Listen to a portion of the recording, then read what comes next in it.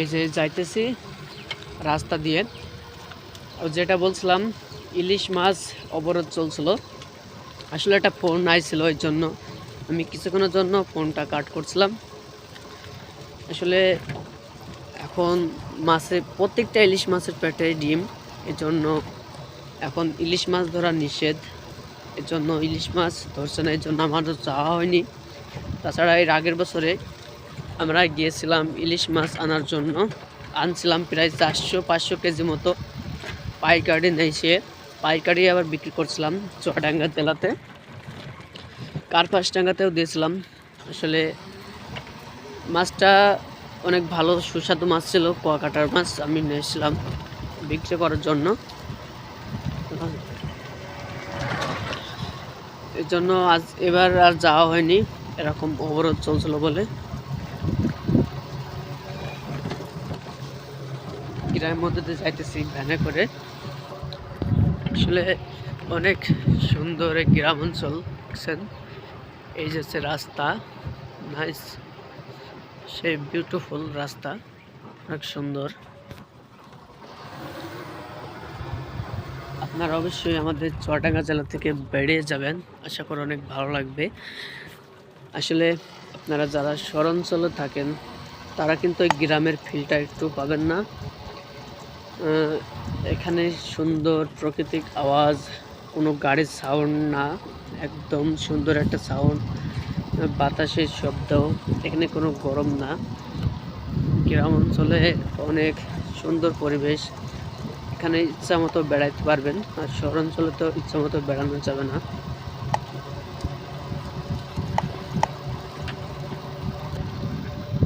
এটা আমাদের জামে মসজিদ, ওই দেখেন কত সুন্দর, মাশাআল্লাহ।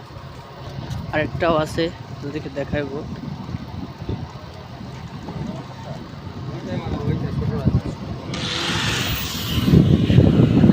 মিস্ত্রির কাজ চলতেছে।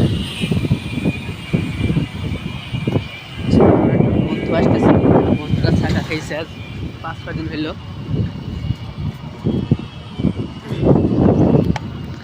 বন্ধু হয় এই জন্য শেয়ারকে মারলাম আর কি, ভালো ছেলে।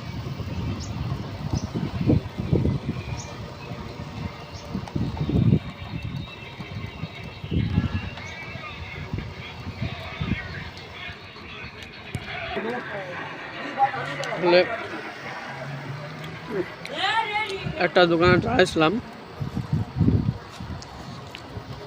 এটা কিছু খাইলাম। আসলে সকাল থেকে না খেয়েছিলাম, কারণ আজকে অনেক সকালে উঠছিলাম ভোরে, আর এই ঠান্ডায় সকাল ভোরেতে কিছু খাওয়া যায় না। এই জন্য আজকে বাজারেও কিছু খাইনি, কারণ সকাল ভোরে দোকানও খোলা ছিল না। এই জন্য আমি দেখলাম যে মাছ করা দেশেই, তারপরে কিছু খাই নেবো।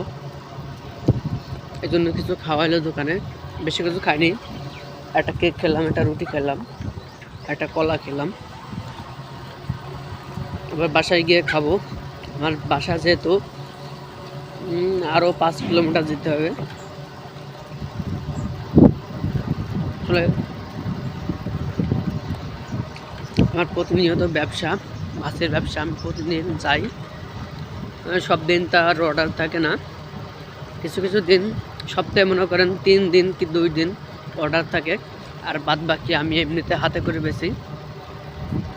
আমি এটা ছোটোখাটো ব্যবসা করি, যাই হোক, এর থেকে বেশি কিছু না, এরকম হলেই হবে ইনশাল্লাহ।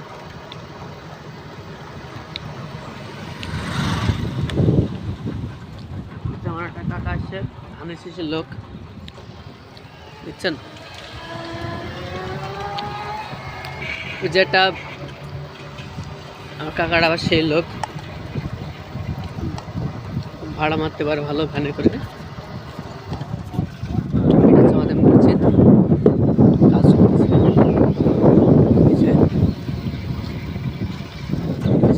মসজিদ কাজ চলতেছে। হচ্ছে টয়লেট, বেশ সুন্দর আমাদের মসজিদটি। আর আমি যাচ্ছি গ্রামের মাঝখান দিয়ে, দেখতে পাচ্ছেন অনেক সুন্দর রাস্তাটি। গ্রামের মাঝখান দিয়ে যেতে একটা মজাই আলাদা। সবাইকে চিনি, চেনা পরিচিত আছে, যেহেতু আমি রেগুলার ব্যবসা করি।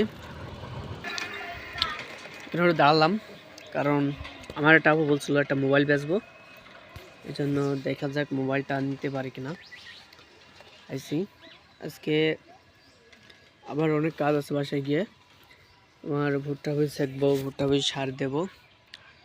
ধান লাগাইনি এখনও, ধান লাগাবো কিছুদিন পর, এখনও ভয় পরিপূর্ণ হয়নি কিছু বিষয়।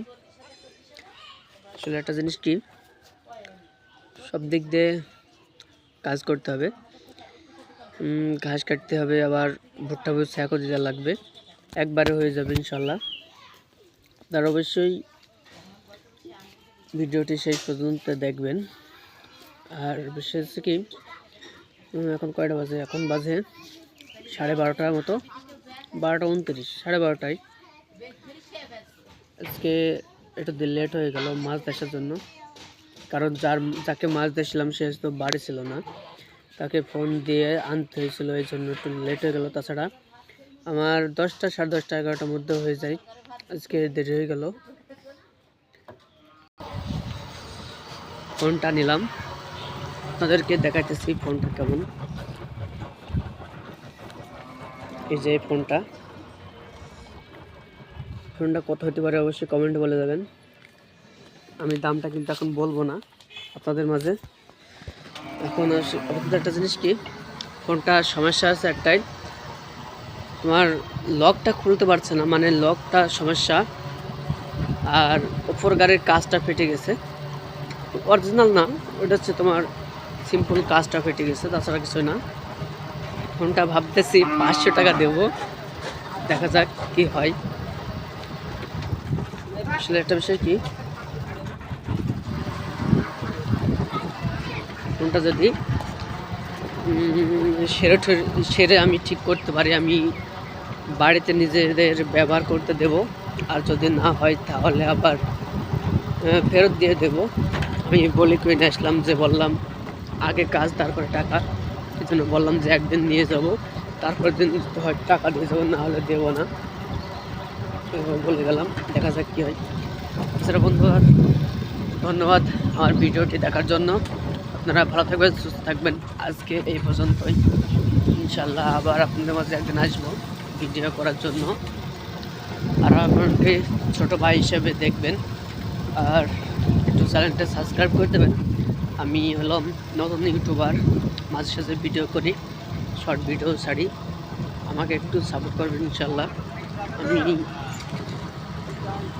আমি একটু আসলে একটা জিনিস কি, এক হবে তার পুকুর খোঁড়া যায় না, তাই এটা একটা জিনিস কি, একবারে তার ইউটিউবে ভাইরাল হওয়া যায় না বা পরিচিত হওয়া যায় না, আস্তে আস্তে হইতে হয়। এই জন্য মাঝে ছোটোখাটো একটা ভিডিও ছাড়ি। এটা খ্রিস্টানদের গির্জাঘর হয়েছে, এখন খ্রিস্টান পাড়ায় আছি। আপনারা অবশ্যই চ্যানেলটা সাবস্ক্রাইব করে দেবেন, আর ভালো থাকবেন, সুস্থ থাকবেন। আল্লাহ হাফিজ।